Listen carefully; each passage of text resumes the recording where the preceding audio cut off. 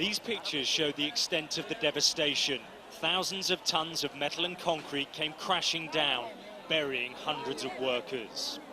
The building collapsed at around 9 in the morning. Most people had already arrived for their shifts at the garment factories inside. Search and rescue teams are now trying to reach survivors, but the equipment they have is basic, and more often than not, the approach is improvised.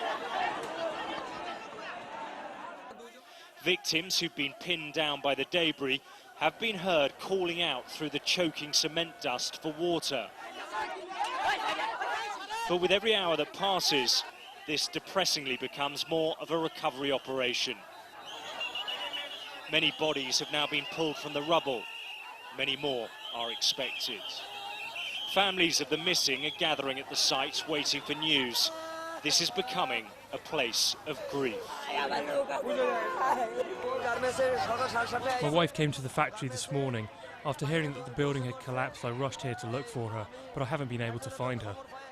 Relatives are also crowding into local hospitals, but in the chaos, information is in short supply. These people hold photos of their loved ones for the camera. Others check the lists of the injured. Inside the 8-storey building, there were a number of clothing factories, a bank and some shops.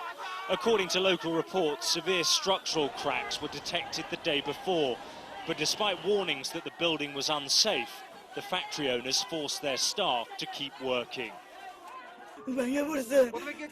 At first the building shook, and when we tried to leave, the man who was standing at the gate stopped us and told us nothing had happened. Don't go outside. Hundreds of my co-workers were stuck in the building. Bangladesh's garment industry is booming, but industrial accidents like fires and building collapses are all too common. Our rule says you have to take permission from at least more than 10 authorities to set up a factory. Unfortunately, rules are flouted, and there is no effective regulatory body to oversee construction and safety.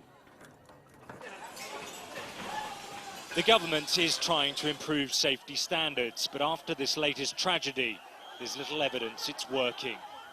Alex Rossi, Sky News, Delhi.